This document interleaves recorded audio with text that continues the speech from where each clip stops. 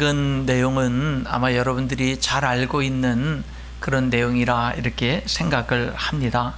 그런데 여러분, 이 아브라함의 생애에서 아들을 번제로 드리라고 했고 거침없이 그 일에 순종하고 실행했던 이 아브라함의 이 이야기는 아브라함의 인생의 후반기, 인생의 절정기에 있었던 일이라고 말씀드릴 수 있습니다. 이 창세기 22장의 사건 이후에 아브라함의 인생은 그 이후에 특별한 게 없어요. 그냥 인생이 맞춰지는 거예요. 그 이후에는 그 아내가 죽은 이야기, 그 다음에 그 아들을 결혼시킨 이야기, 그거밖에 없어요. 그리고 끝난 거기 때문에 아브라함의 신앙의 인생에 있어서 이 22장의 이 이야기는 어떤 그 인생의 절정기에 있었던 그런 이야기다라고 하는 것을 우리들이 여기서 볼 수가 있는 겁니다. 여러분, 하나님이 아브라함의 인생의 최고 절정기에 여기 시험하려고 부르셨어요. 1절에 보면은 시험하려고 불렀다고 그러는데 이 시험이라는 단어가 테스트예요. 테스트. 그러니까 하나님이 테스트를 하는 거예요. 테스트. 여러분은 어떻습니까? 여러분들은 혹시 하나님이 여러분들의 믿음을 이렇게 테스트 하신다고 한다면 여러분들은 어떻게 좀 이렇게 합격하실 수 있겠어요? 여기 아브라함의 믿음을 테스트를 합니다. 여기 이제 테스트를 하는데 여러분, 그 테스트가 참 어려워요. 왜냐하면 집에서 아브라함이 있는 곳에서부터 3일 길을 걸어가서 모리아 산에 가서 거기서 아들을 번제로 드리라는 거예요. 그러니까 뭐 하나 쉬운 게 없습니다. 쉬운 게 없어요. 근데 아브라함은 놀라운 거는 뭐냐면 아브라함이 갈등을 안 해요. 갈등을 안 하고 거침이 없어요. 그냥 아무렇지도 않게 자연스럽게 해요. 그냥 그 일을 그냥 전혀 뭐 그런 거 없이 그 참 한편으로는 냉혈 인간인가? 아브라함이 냉혈 인간인가? 아들을 사랑하지 않나? 이런 생각이 들 정도로 전혀 꺼리낌이 없이 순종을 하는데 여러분, 그런데 아브라함은 아들을 사랑했어요. 끔찍히 사랑했습니다. 그리고 아브라함이 뭐 어떤 그 종교 중독자도 아니에요. 정말로 그는 건강한 믿음을 가진 사람이에요. 그럼에도 불구하고 그가 이렇게 순종할 수 있었던 것은 뭐냐면 믿음 때문이었어요. 참 사람의 믿음이라는 게 참 놀라운 경지에 이를 수가 있죠. 여러분, 그래서 아브라함을 믿음의 조상이라고 말하는 거예요. 아무나 믿음의 조상이라고 얘기하는 게 아니라 아브라함을 믿음의 조상이라고 하는데 어떻게 그렇게까지 됐는지를 우리들이 한번 이제 보기를 원하는데, 여러분, 우선 여기서 우리들이 생각할 것은 뭐냐면 하나님이 아브라함의 인생의 최종 테스트가 뭐였느냐면 예배를 통한 테스트였다라는 거예요. 예배를 통한 테스트. 여러분, 하나님과의 관계 속에서 예배가 중요한 거예요. 예배는 하나님과의 관계를 말해줍니다. 하나님과의 관계 속에서 예배는 중심이 되고 기본이 되는 거예요. 여러분이 하나님과의 관계를 잘 하려면 예배를 잘 드려야 돼요. 여러분, 우리들은 경험했습니다. 이 코로나19로 인해서 우리들이 한 달여 이렇게 예배를 못 드렸잖아요. 그렇잖아요. 그랬을 때 우리들이 가정예배로 대신했지만, 가정예배를 철저히 드리려고 했지만, 여러분, 이 가정예배가 온전히 모든 것을 다 대체할 수 없다라는 것을, 이 교회 공적인 예배를 다 대체할 수 없다라는 것을 우리들은 이미 경험을 했습니다. 그리고 예배를 제대로 드리지 못할 때 우리들의 신앙이 흔들리고 우리들의 믿음이 흔들린다는 걸 우리들은 잘 압니다. 여러분, 그래서 사람이 아무리 곁길로 가고 아무리 잘못된 사람도요, 다시 믿음을 회복하면 신앙을 회복할 수 있어요. 잘못된 길로 갔던 사람도 여러분, 예배가 회복되어지면 다시금 믿음을 회복할 수가 있다라고 하는 겁니다. 그렇기 때문에 여러분, 우리들은 예배를 바르게 드리는 그 삶이 중요한 거예요. 여러분, 예배를 받으시는 분은 하나님이죠. 그렇죠? 하나님입니다. 그렇기 때문에 여러분, 예배는 내 생각대로 드리는 게 아니에요. 내 중심대로, 내 생각대로, 내가 옳다고 생각되는 대로 드리는 게 아니라 예배를 받으시는 분은 하나님이기 때문에 우리는 예배를 하나님께 드리는 거기 때문에 하나님이 원하는 예배를 드려야 되는 거예요. 하나님이 원하는 예배, 거기에 우리들은 관심을 갖고 늘 지금 내 예배가 하나님이 원하는 예배인가, 하나님 앞에 바로 된 예배인가를 늘 우리들이 점검하고 깨어서 돌보는 것이 우리들에게 중요해요. 여러분, 우리들이 수요일 날 사무엘 상하서, 열왕기 상하서를 지난주 지지난주 계속 봤잖아요. 거기 보면 이스라엘 백성들이 망한 이유가 뭐 때문이에요? 우상 숭배 때문에, 종교 혼합주의 때문에, 다시 말하면 하나님도 섬기고 우상도 섬기는 그런 신앙 때문에 그들이 망했거든요. 여러분, 이 우상 숭배나 종교 혼합주의라는 것을 다른 말로 말하면 어떻게 표현할 수 있냐면 잘못된 예배 때문에, 이렇게 말할 수 있는 거예요. 잘못된 예배로 뭐 했어요? 망했어요. 이스라엘 백성들이 망했다라고 하는 겁니다. 그래서 우리들이요, 하나님 앞에 이 하나님과의 관계를 바르게 하려고 하는 사람에게 있어서 예배가 얼마나 중요한가, 예배가 얼마나 중요한가. 이 예배를 온전하게 드리면 내가 좀 부족하고 사회생활 속에서 좀 넘어지고 좀 연약하고 좀 죄송한 게 있고, 그래도 예배가 바르게 되면 어떻게 하는 거예요? 사람들이 다시금 제자리를 잡고 다시금 관계를 회복하고 하나님 안에서 계속 믿음이 성장하는 삶을 살아갈 수가 있다라고 하는 겁니다. 그 예배가 중요해요. 근데 여러분, 예배는 어려움이 있어요. 예배에 어려움이 없는 예배는 없어요. 예배에 항상 어려움이 있습니다. 여러분들도요, 하나님 앞에 이 시간 이렇게 나와서 이렇게 예배를 드리기까지 여러분 그냥 자연스럽게 되는 게 아니에요. 거기에는 어려움들이 있어요. 그렇기 때문에 우리들의 뭐가 필요한 거예요? 결심이 필요한 거예요. 올바른 기준이 필요한 거예요. 결단을 하면 어려움이 많이 사라져요. 여러분, 하나님 앞에 올바른 기준을 확실하게 가지면 예배 드리는데 여러분 여러 가지 어떤 어려움이나 시험이나 이런 것들이 많이 사라져요. 그런데 결단도 없고 그리고 어떤 기준도 없으면 예배는 날마다 갈등이 되는 거예요. 굳이 가야 돼? 정말로 오늘은 또 무슨 일이 있으면 그게 핑계거리가 돼서 정말 안 가려고 하고, 이렇게 되는 그런 모습을 봅니다. 여러분, 여기 믿음의 조상, 정말 훌륭한 믿음의 사람인 여기 아브라함에게도 오늘 여기 창세기 22장에 보면은요, 여기 믿음의 그 예배에 어려움이 있었어요. 아브라함에게는 어떤 어려움이 있었을까? 첫 번째는요, 예배 드리라고 한 장소가 3일길이에요. 3일길. 3일이나 가야 돼. 3일이나. 여러분들이 우리 교회 오늘 예배 드리러 오셨는데 여러분 3일길 걸려서 오신 분 계신가요? 아니죠. 이 아브라함에게는 좀 뒷동산에 가서도 예배 드리는 거랑 3일길 걸어가서 모리아산에서 예배 드리는 거랑 도대체 뭔 차이가 있냐고요. 예? 무슨 차이가 있어요? 예배를 드리기만 하면 되지, 잘 드리기만 하면 되지, 왜 그렇게 장소가 중요하냐 말이에요. 왜 굳이 하나님은 3일길이나 되는 장소까지 가서 예배를 드리라고 하냐 이 말이에요. 그렇잖아요. 그러니까 이 3일길, 더구나 여러분, 아브라함에게 3일길은 어떤 길인 줄 아세요? 아들을 죽이러 가는 길이에요. 그러니까 여러분, 차라리, 그러니까 그 고통이 그냥 1시간 거리에 가가지고 예배를 드린다든지, 아니면 10분 뒤 뒷동산에 가서, 아니면 뭐 집 마당에서 드린다든지, 뭐 이렇게 예배를 드리고 그러면은 그냥 뭐 고통이라도 기간이라도 짧아질 텐데, 3일길이니 여러분, 그 아들을 죽이러 예배 드리러 가는 그 3일길을 걸어가는 이 아빠의, 사랑하는 아빠의 그 입장에서 3일길은 얼마나 힘들었겠어요. 얼마나 고통스럽겠어요. 여러분, 그 하루길 가다가 돌아서고 싶고, 이틀길 가다가 돌아서고 싶고, 여러분 그런 마음이 얼마나 들었겠어요. 얼마나. 그게 하루 이틀이었겠어요. 여러분, 죽음과 같은 시간들을 뭐예요? 예배 드려 가는데 3일길을 걸어가야 됐던 거예요. 오늘 우리들도요, 예배를 드리는 데 있어서 거리적 어려움이 있을 수 있어요. 여러분 가운데에서는요, 먼 거리에서 이렇게 예배 드려 오시는 분들도 계신 거예요. 먼 거리에서. 그런 것들이 어떤 때는요, 늘 감사하고 즐겁지만 어떤 때는요, 뭐가 되는 거예요? 시험이 되고 어려움이 될 수도 있다라고 하는 거죠. 아브라함에게 있어서 또한 예배의 또 한 가지 어려움은, 이 거리적인 어려움뿐만 아니라 또 한 가지 어려움은 뭐냐면 드림에 있어서 어려움이 있었어요.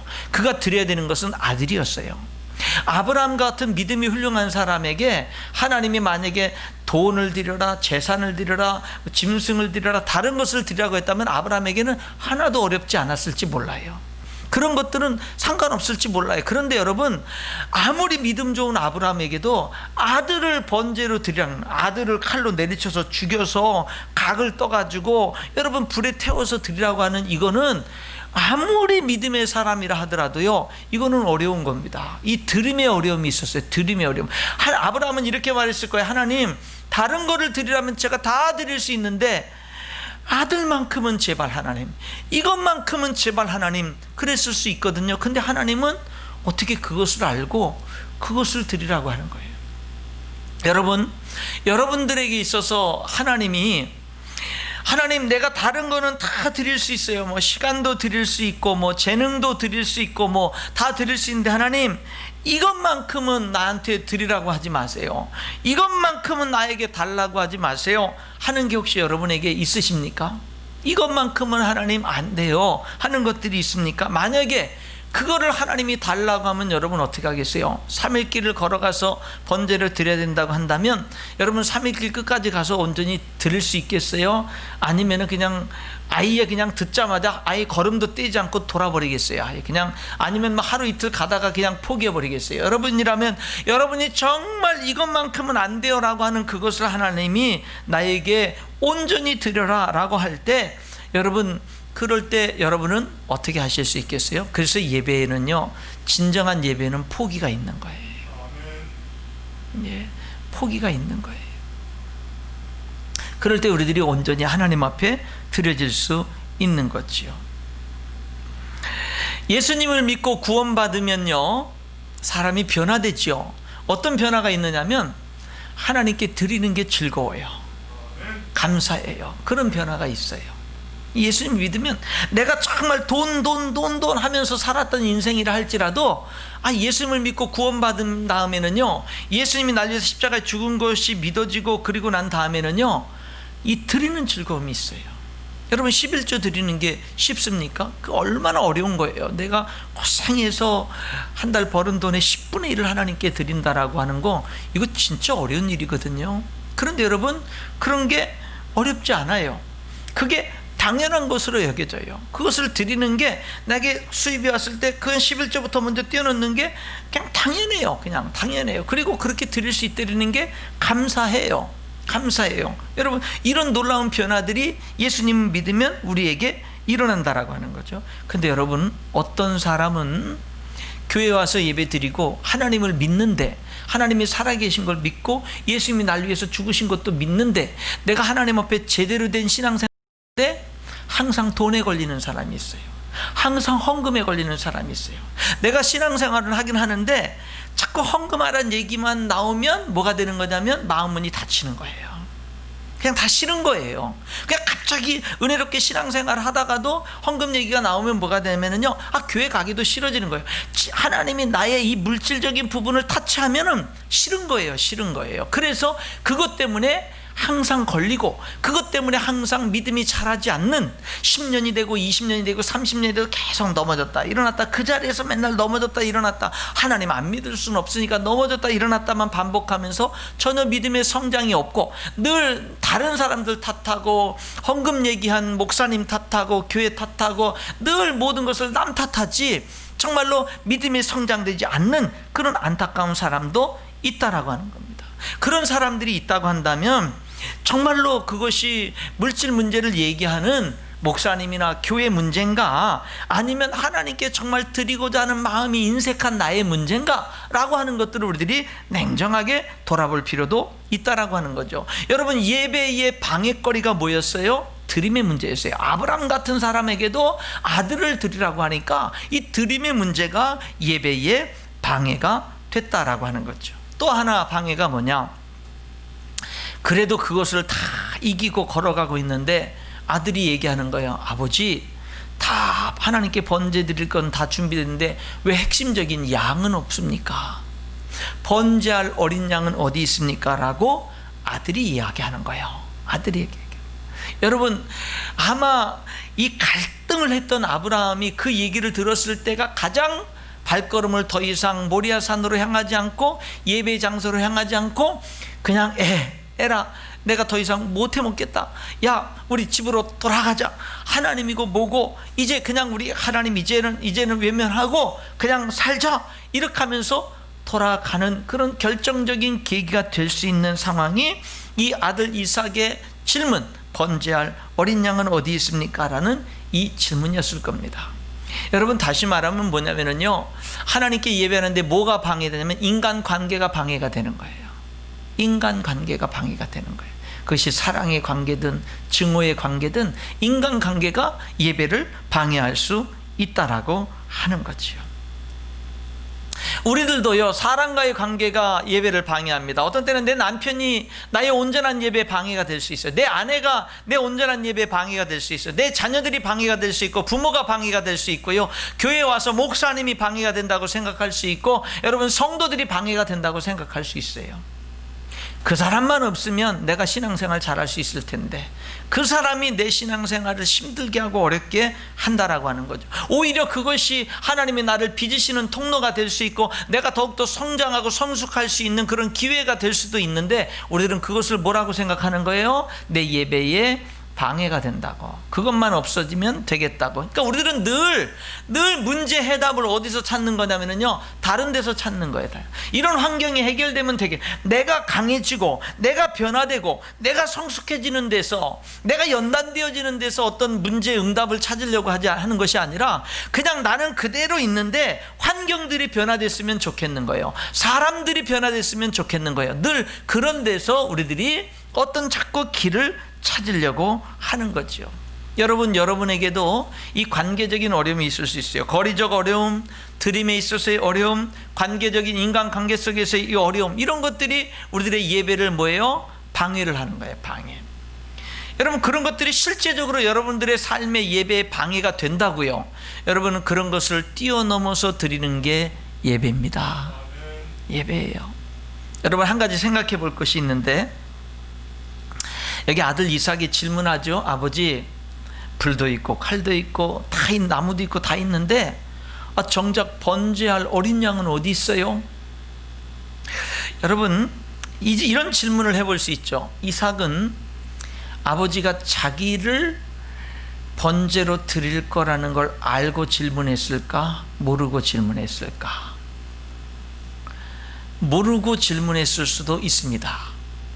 의심하면서 질문했을 수도 있습니다. 그런데 알고 물었을 수도 있습니다.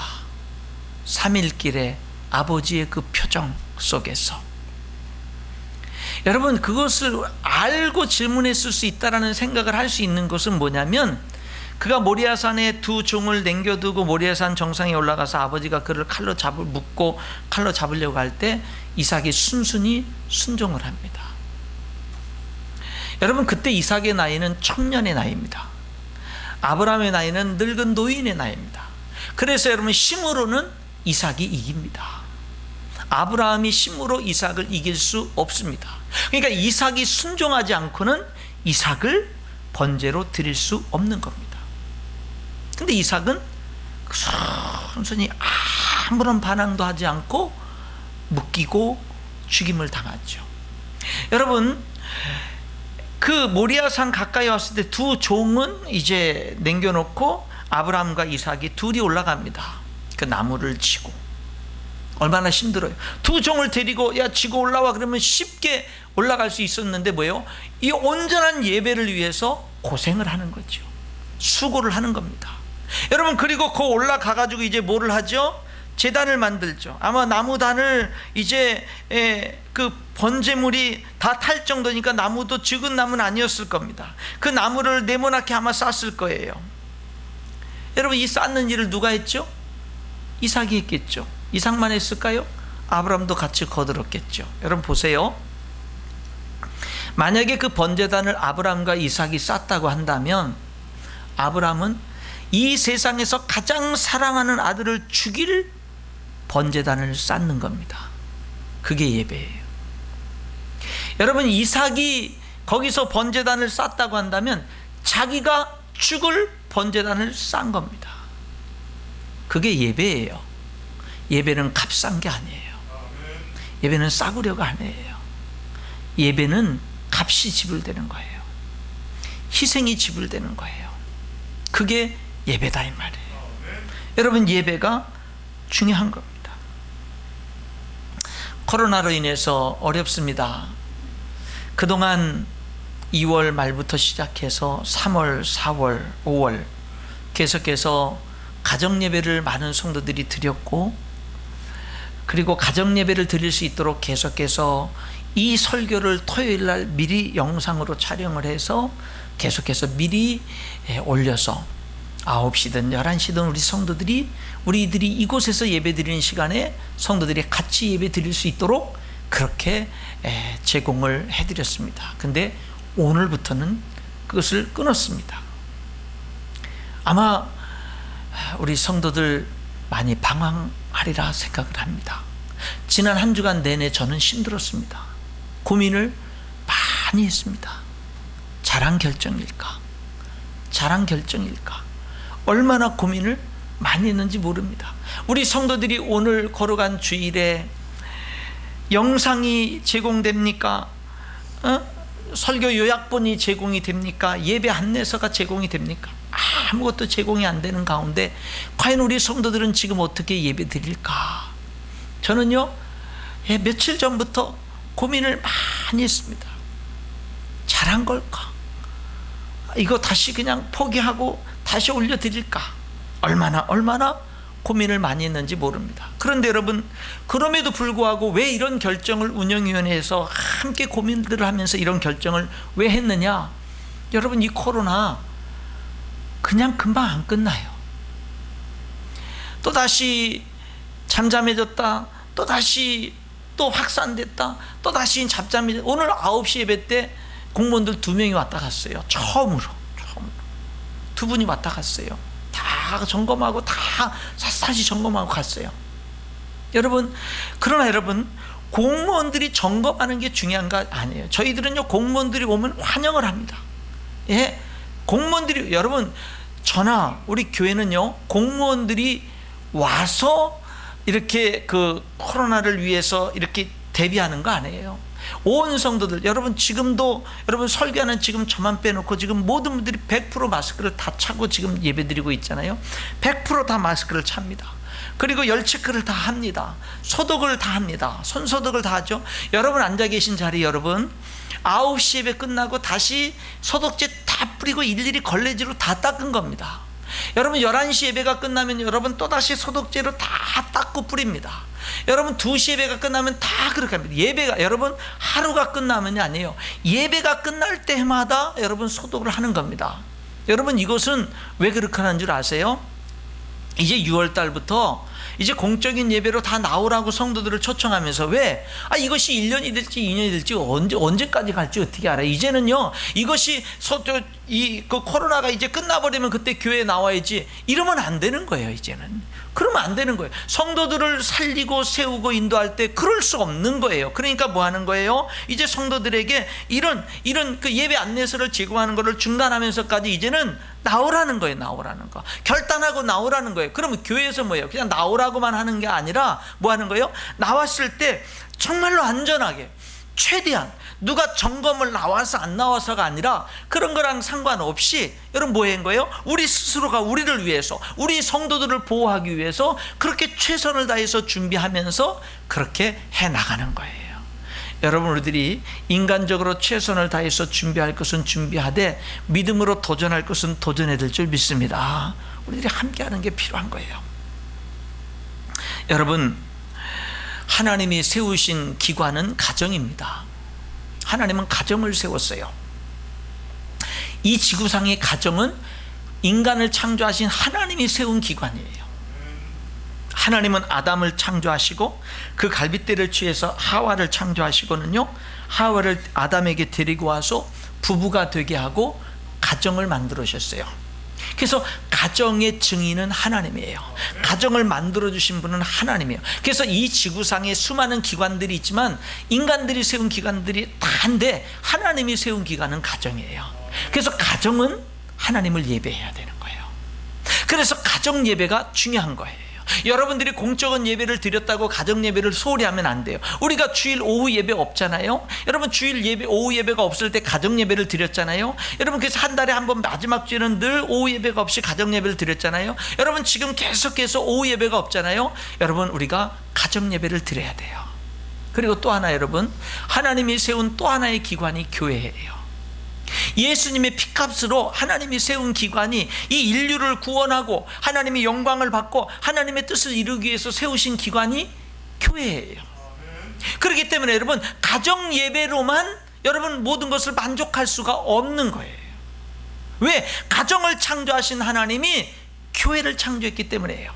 교회를 세우셨기 때문에 그래요. 그렇기 때문에 여러분, 우리는 교회 중에서 어느 하나만 선택하면 안 돼요. 가정과 교회가 우리들에게 다 중요한 거예요. 가정에서 가정 예배, 가정에서 자녀 신앙 교육이 중요하고, 교회에서 하나님 앞에 드리는 공적인 예배, 교회에서 신앙 교육, 이런 것들이 너무나 중요한 거예요. 이 둘 중에 어느 하나를 우리들은 포기할 수 없는 거예요. 포기할 수 없는 거예요. 이 두 가지가 우리들에게 정말로 중요한 것이다 라고 하는 겁니다. 여러분, 여러분의 가정에 가정 예배가 살아나기를 축원합니다. 또한 우리들이 여러분 공적인 예배, 이 예배의 성공자가 되는 거, 이게 중요한 거예요. 왜? 예배가 뭐죠? 하나님과의 관계이기 때문에. 관계이기 때문에. 여러분, 그래서 하나님을 믿고 살아가는 사람에게는 예배가 중요한 거예요. 근데 여러분, 아브라함에게 있어서도 하나님이 그 인생의 최후의 마지막 테스트는 예배를 통한 테스트였던 거예요. 근데 여러분, 그 예배가 어떤 예배냐? 순종의 예배. 순종의 예배. 여러분, 여러분이 하나님께 드리는 예배는 순종의 예배인가요? 그러니까 뭐죠? 내가 뭐 여러 가지 어려움이나 여러 가지 삶이 요동쳐도 내가 걸어간 주일에 하나님 앞에 나가서 예배하는 이유는 뭐 때문이죠? 순종하기 때문에. 순종하기 때문에. 그래서 예배하는 거죠. 여러분, 여기 하나님이 아브라함을 이제 테스트하는데, 그 테스트는 예배를 통해서 테스트를 하는데요, 그 예배는 순종의 예배였어요. 그러니까 아브라함이 다른 거라면 다 순종할 수 있는데, 하나님 하필 이거 아들을 번제로 드리는 거, 이거 어떻게 순종해요? 도저히 순종할 수 없는 것을 순종하라고 요구하는 거죠. 여러분, 하나님이 여러분에게 순종을 요구할 때 쉬운 거, 아무것도 아닌 거, 있으나 마나한 거, 나에게 별로 중요하지 않은 거, 여러분, 그런 걸로 순종을 요구할까요? 순종에는 힘든 게 있어요. 힘든 게 있다고요. 그것을 순종하는 게 순종인 거지요. 여러분, 하나님이 아브라함을 통해서 최종적으로 받기 원하셨던 예배는 순종의 예배였습니다. 여러분, 왜 예배에서 하나님 믿는 신앙생활에서 왜 순종이 중요한 줄 아세요? 왜 순종이 중요한 줄 아세요? 하나님을 모르면 순종할 수 없어요.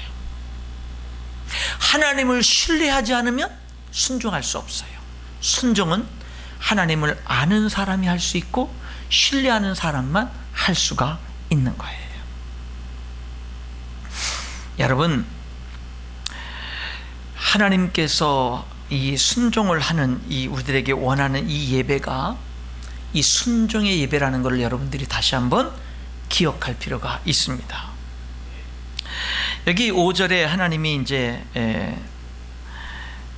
아브라함이 종들에게 띄워놓으면서 여기서 기다려, 내가 아이와 함께 저기 가서 예배하고 돌아올게, 이렇게 얘기를 하는데, 여러분, 히브리서 11장에 보게 되면은요, 히브리서 11장 17절, 18절, 19절에 보면, 제가 읽어볼게요. 아브라함은 여기 진짜 엄청난 순종을 한 거죠.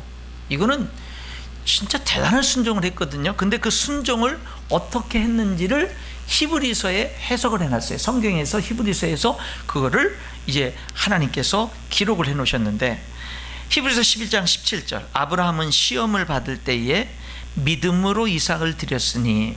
여러분, 여기 성경은 뭐냐면 아브라함은 그때 순종을 했는데, 이삭을 드렸는데, 순종했는데 믿음으로 드렸다, 이렇게 말합니다. 그는 약속들을 받은 자로 돼 그 외아들을 드렸느니라.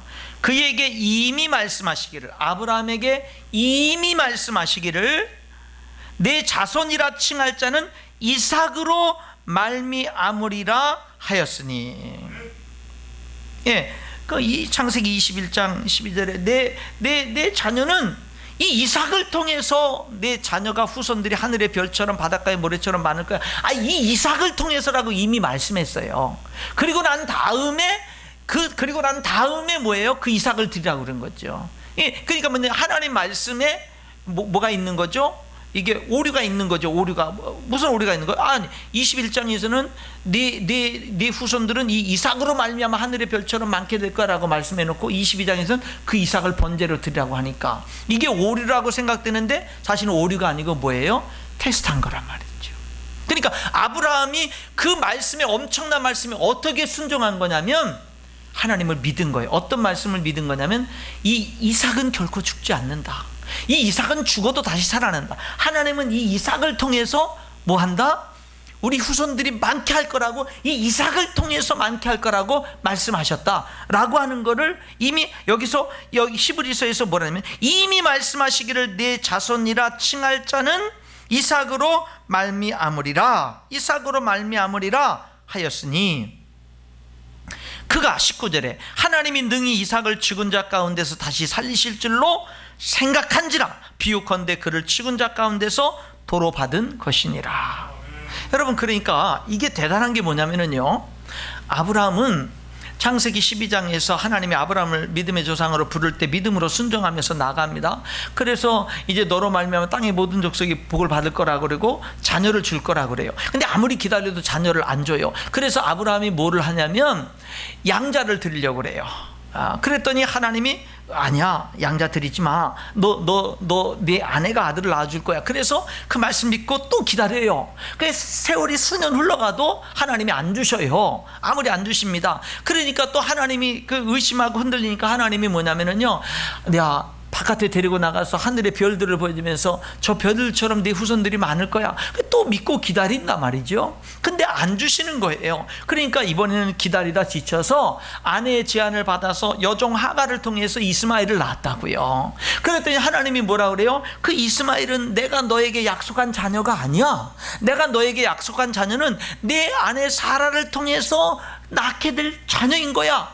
그러면서 나중에 하나님이 뭐라고 얘기하냐면은 내년 이맘때에 내 아내가 아들을 낳을 거다. 이렇게 이제 내년에 이제 이 내 말이 끝나면 곧 임신을 해서 내년에는 내 아내가 이제 아들을 낳을 거야. 이렇게 말씀하셔요. 그때 아브라함의 나이 99세, 사라의 나이 89세, 여인으로서 아기를 낳을 수 있는 게 다 이제 가능성이 사라진 그때.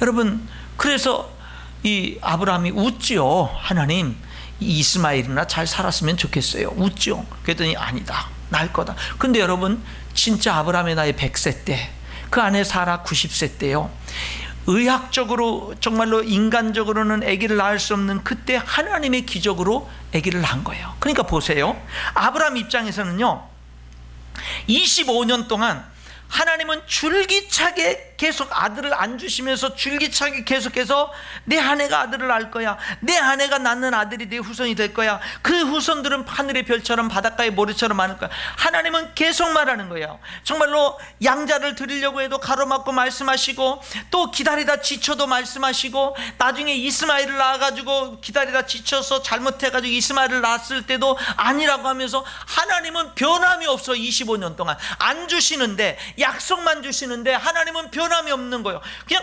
줄기차게 내 아내가 아들을 낳을 것이고 그가 내 후손이 될 거야. 이거를 줄기차게, 인간의 모든 경수가 다 끊어지고 가능성이 다 끊어졌을 때도 하나님은 계속 말씀하시는데, 근데 그것이 진짜 이루어지는 것을 체험한 거예요.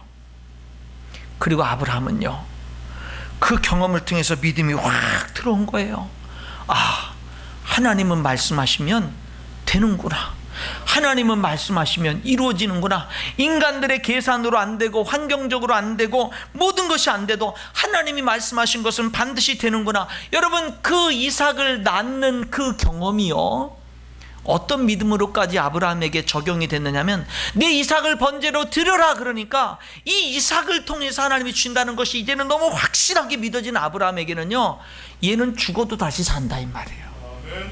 그러니까 여러분, 아브라함은 하나님 앞에 이삭을 드리는데 순종을 하는데 뭘로 순종한 줄 아세요? 하나님을 안 거예요. 하나님을 신뢰하는 사람이 된 거예요. 하나님이 이제는 뭐라고 말씀해도 신뢰하는 사람이 된 거예요. 여러분, 그게 중요한 거예요. 여러분은 어때요? 왔다 갔다 하죠? 그렇죠? 솔직히 왔다 갔다 하잖아요. 어떤 때는 심지어는 하나님이 계신 것 같고 어떤 때는 안 계신 것 같고, 그렇죠? 성령 충만하면 분명히 계신 것 같은데 성령 충만하지 않으면 뭐예요? 내 삶이 너무 힘들고 어렵고 성령 충만하지 않으면 하나님이 진짜 살아계신가? 하나님이 진짜 계신가? 천국과 지옥이 진짜 있는가? 믿었다 의심했다, 왔다 갔다, 흔들리죠. 솔직히 그렇지 않습니까? 예, 신앙생활 10년 20년 했는데도 왔다 갔다 하지요. 흔들리죠. 신실하지 못했죠. 여러분, 다행한 게 뭔지 아세요? 그런 흔들리고 왔다 갔다 하는 우리들을 하나님이 우리에게 맞춰주신다는 게 다행한 거예요. 그런 우리에게 은혜를 베풀어 주시고 우리를 사용하신다는 게 감사한 거예요. 우리는 왔다 갔다 해요. 그러니까 여러분, 왔다 갔다 하는 거 별로 걱정하지 마세요. 여러분, 옆에 사람 안 왔다 갔다 하는 것 같아도 다 왔다 갔다 해요. 내색을 잘 안 하는 거지 왔다 갔다 한다고요. 여러분, 하나님이 우리가 왔다 갔다 하는 거 알아요. 근데 여러분, 더 놀라운 게 뭔지 아세요? 그런 우리를 하나님이 포기하지 않는다라는 거예요. 포기하질 않아요. 그리고 결국 하나님이 원하시는 곳으로 끌고 가셔요.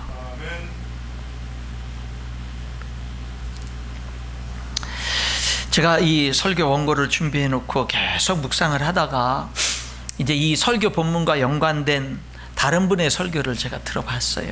이제 이미 천국에 가신 분입니다. 하영조 목사님의 이제 설교를 제가 이 본문에 관계된 말씀의 설교를 쭉 한 2시간 이상 계속해서 들었어요. 여러분, 그 내용 가운데 여러분들에게 이렇게 소개할 내용을 읽어드릴 테니까 한번 저에게 마음이 너무 많이 와닿은 내용이거든요. 그분이 이 이삭을 드린 이 예배를 통해서 이렇게 말해요. 불순종하면 모든 것이 내 책임이 된다. 순종하는 순간 모든 것이 하나님 책임이 된다. 시킨 사람의 책임이 되는 거죠. 여러분, 내가 책임지려고 하니까 힘든 거예요.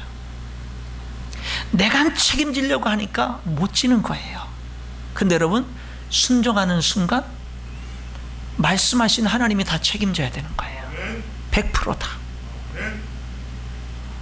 순종하면 하나님이 책임진다. 순종하는 삶에서 중요한 것은 결심이다. 결심이다. 아브라함은 하나님의 명령에 순종할 것을 결심했다. 순종하며 살기로 결심했다. 우리가 순종하면서도 방황하고 주님을 믿고 살면서도 방황하는 이유는 결단이 없기 때문이다. 결단이 없는 신앙생활을 하기 때문이다. 그래서 환경이 좋으면 따라가고 환경이 나쁘면 돌아서는 것이다. 그러나 믿음의 사람은 그렇지 않다. 믿음의 결단을 한 사람은 환경이 좋으나 나쁘나 성공하나 실패하나 건강하나 병드나 상관없이 하나님을 따르기로 결단한 사람들이다. 이것이 진짜 믿음이다. 순종은 결단하는 것이다. 내가 감당할 수 있든 없든 간에, 이해할 수 있든 없든 간에 순종하며 살기로 결단하는 것이다. 아브라함은 하나님께 순종하기로 결단했다. 고통이 없는 게 아니다. 슬픔이 없는 게 아니다. 아픔이 없는 게 아니다. 그러나 하나님께 순종하기로 결정했다라고 하는 거예요. 여러분, 저는 그 말씀을 들으면서 맞아, 순종은 결단이야. 결심이야. 결심한 사람이 순종할 수 있는 거야. 나는 하나님께 이해가 되든 안 되든 어렵든 힘들든 감당할 수 있든 없든 그런 거 따지지 않고 말씀하시면 순종하겠나이다. 힘주시옵소서.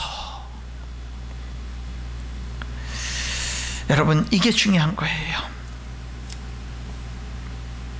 사랑하는 성도 여러분, 여기 아브라함이 하나님께 온전히 순종하기 위해서 한 일이 있습니다. 우리가 배워야 될 건데, 첫 번째는 뭐냐면 즉시 순종이 있습니다. 하나님 말씀하시니까 그 다음날 아침 일찍 즉시 실천합니다. 두 번째는 뭐냐면요, 아내하고도 상의하지 않습니다. 여러분, 결혼해서 가정을 가지면은요, 당연히 의논하고 결정을 해야죠. 그러나 여러분, 신앙에는 개인적인 영역이 있습니다. 다 의논하고 하는 거 아니에요. 그러면 믿음에 실패할 수 있어요. 신앙에는요, 개인적인 영역이 있어요. 예수님을 천의 몸으로 잉태한 마리아에게 하나님의 사자가, 가브리엘 천사가 가서 내가 잉태하여 아들을 낳을 것이라, 이름을 예수라고 하라, 이렇게 했을 때 여러분, 이 마리아가 제가요 부모님께 의논해 보고요, 제 약혼한 요셉에게 의논해 보고요, 그러지 않았습니다. 하나님의 말씀 앞에서 주의 여종이오니 주의 말씀대로 이루어지기를 원합니다. 순종했어요. 여러분, 신앙은 물론 함께 가족들끼리 의논하면서 하는 게 중요해요. 그러나 여러분, 하나님의 명령 앞에서는요, 개인적인 영역이 있는 거예요. 신앙에는. 아브라함은요, 아내랑 의논했으면 순종했겠어요? 못하지요. 여러분, 또 아브라함이 온전한 예배, 순종하는 예배를 드리기 위해서 즉시 순종하고 아내와도 의논하지 않았고, 또 하나는 뭐냐면요, 종들을 떼어놓습니다. 종들이 왜 이러십니까 하고 막는 방해거리가 될 수 있거든요. 그러니까요, 온전한 예배, 순종하는 예배를 위해서 방해거리를 미리 지혜롭게 다 정리를 하는 거예요. 뭐를 위해서? 온전한 예배를 위해서. 여러분, 오늘 저와 여러분의 예배에도 수많은 방해거리가 있습니다. 우리가 온전한 순종하는 예배를 드리지 못하도록 하는 많은 방해거리들이 있습니다. 여러분, 그런 것들을 지혜롭게 우리들이 정리할 수 있어야 우리들은 온전한 예배자가 될 수 있고 순종하는 예배자가 될 수 있는 겁니다. 예배의 성공은 삶의 성공으로 이어지는 것입니다. 예배의 실패는 삶의 실패로 이어질 수가 있는 겁니다. 여러분, 하나님은요, 아브라함에게 아들 이삭을 번제로 드리라고 그랬잖아요. 여러분, 예배를 통해서 하나님이 뭘 요구한 거죠? 포기를 요구한 거예요. 포기해라. 내려놓아라. 내려놓아라. 여러분, 제가 목사로서 살아가면서 끊임없이 제 자신과 싸우는 거, 깨어있으려고 하는 그 영역이 있다면 그건 뭐냐면요, 내려놓음입니다. 근데요, 하나님 앞에 인정받는 것은 포기할 때, 내려놓을 때 인정받아요. 하나님께 순종할 수 있는 것은 내려놓고 포기할 때 순종할 수 있지, 이게 내려놓지 않고는, 포기하지 않고는 이게 순종이 잘 안 돼요. 하나님은 아브라함의 예배를 받았습니다. 아브라함은 결국에는 이삭과 함께 단을 쌓고는 이삭을 결박해서 놓고는 칼을 들어 올렸습니다. 내려치려고. 그러나 내려치려고 하는 순간에 하나님이 막지요. 아브라함아, 아브라함아, 그 아이에게 손을 대지 마라. 내가 내 독자, 사랑하는 독자 이삭도 내게 아끼지 아니하였으니 내가 이제야 네가 나를 사랑하는 줄 아노라. 순종을 통해서 인정받게 되는, 예배가 연락되는 그런 모습을 보게 되고, 그 순종을 통해서 여러분, 하나님의 축복이 임하는데, 그때까지 보이지 않던 순양이 숯불에 걸려 있는 게, 그때 순종이 완성되는 그 순간에, 하나님이 인정하시고 받으시는 그 순간에 순양이 눈에 들어오고, 하나님이 예비하신, 여호와의 이레로 예비하신 순양이 그곳에 보여서 이제 이삭 대신 순양을 하나님 앞에 제사로 드리게 되는 모습을 봅니다. 여러분, 하나님의 주권을 인정하면서 살면 결코 다 잃지 않습니다. 하나님께 절대적으로 순종하는 삶이 결코 다 잃는 것이 아닙니다. 여러분, 우리들은 하나님께 헌금하는 것을 그렇게 생각하면 안 됩니다. 여러분, 하나님이 진정 원하는 것은 나를 통해서 영광 받는 것이고 내 마음을 원하는 겁니다. 우리들은 늘 하나님이 나를 위해서 독생자 예수님까지 아낌없이 십자가에 내어주셨다라고 하는 이 사실을 묵상해야 됩니다. 그래서 하나님의 그 사랑과 여러분, 하나님의 그 신뢰를 우리들이 회복할 수 있어야 되는 겁니다. 여러분, 하나님은 끝까지 지켜보셨습니다. 칼을 들어 내려치려고 하는 그 순간까지 하나님은 이 사람이 끝까지 순종하는지, 여러분 어느 정도 순종하다가 도중에 포기하고 돌아서는지 하나님은 끝까지 지켜보시는 한편으로 무서운 분이십니다. 여러분, 우리는요, 그렇기 때문에 순종하며 살기로 결단해야 되는 겁니다. 순종하며 이해가 되든 안 되든 순종하며 살기로 결심해야 되는 겁니다. 여러분 여기 잘 주목해 보세요. 이삭을 죽이지 못하게 했습니다. 그럼 여러분 드디어 이삭을 번제로 드리려고 딱 하는데 하나님이 막아서 이삭을 번제로 안 드렸잖아요. 할렐루야, 하나님 감사합니다 하고 그냥 예배 안 드리고 내려올 수 있잖아요. 근데 하나님은 순양을 준비해 놔서 예배는 드리게 했어요. 예배가 중요하다니까요. 번제물 이삭이 드려지지 않았지만 예배는 드리도록 하나님이 다 준비해 놓으셨다니까요. 예배는 드려지게 했다고요. 여러분 어떤 상황 속에서도 예배는 드려지는 거예요. 예배는 드려지는 겁니다. 여기 22장 1절에 하나님이 아브라함을 시험하려고 불렀잖아요. 여기 뒤로 좀 넘어가 보시면 15절에 보시면 여호와의 사자가 하늘에서부터 두 번째 아브라함을 불렀다. 여기 두 번째라고 강조를 해요. 두 번째 강조가 되는 거예요. 그럼 첫 번째는 이미 앞에 불렀던 거 테스트하기 위해서 불렀죠. 그럼 두 번째는 왜 두 번째라고 했나? 두 번째 불러서 16절 이르시되 여호와께서 이르시기를 내가 나를 가리켜 맹세하노니 내가 이같이 행하여 내 아들 내 독자도 아끼지 아니하였은즉 내가 내게 큰 복을 주고 내 씨가 크게 번성하여 하늘의 별과 같고 바닷가의 모래와 같게 하리니 내 씨가 그 대적의 성문을 차지하리라. 또 내 씨로 말미암아 천하 만민이 복을 받으리니 이는 내가 나의 말을 준행하였음이니라 하셨다 하니라. 여러분 두 번째 부른 그 강조점은 뭐죠? 복을 주기 위해서 부르신 거예요. 첫 번째 테스트에 합격을 하니까 두 번째 하나님이 복을 주시는데 어떤 복이죠? 아브라함도 복을 받고 하나님께 드리려고 했던 그 내가 포기하고 내려놨던 그 존재가 복을 받는 거죠. 이삭이 복을 받고 이삭을 통해서 천하 만민이 복을 받는 거예요. 여러분 하나님은요 착취하는 분이 아닙니다. 하나님은 독생자까지 주시는 분입니다. 여러분 여기 모리아 산에서 예수님을 죽이지 않고 여기 그 아브라함의 이 아들 이 이삭을 죽이지 않고 살리신 하나님이요 하나님의 독생자 예수님을 십자가에 죽게 하셨다니까요. 여러분 하나님을 믿으세요. 하나님을 아세요.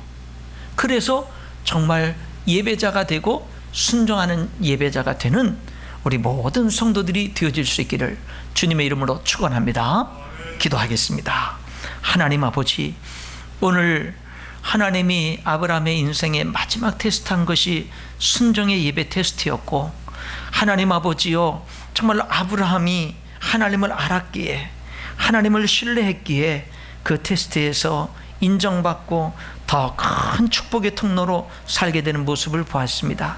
오늘 저희들의 예배를 돌아보게 하시고 특별히 우리들의 예배가 내려놓을 줄 아는 하나님 아버지요 때로는 포기할 줄 아는 하나님 아버지요 순종의 예배가 돼서 더 풍성한 하나님의 영광의 삶으로 나아가는 저희들 되게 하여 주옵소서. 예수님 이름으로 기도하옵나이다. 아멘.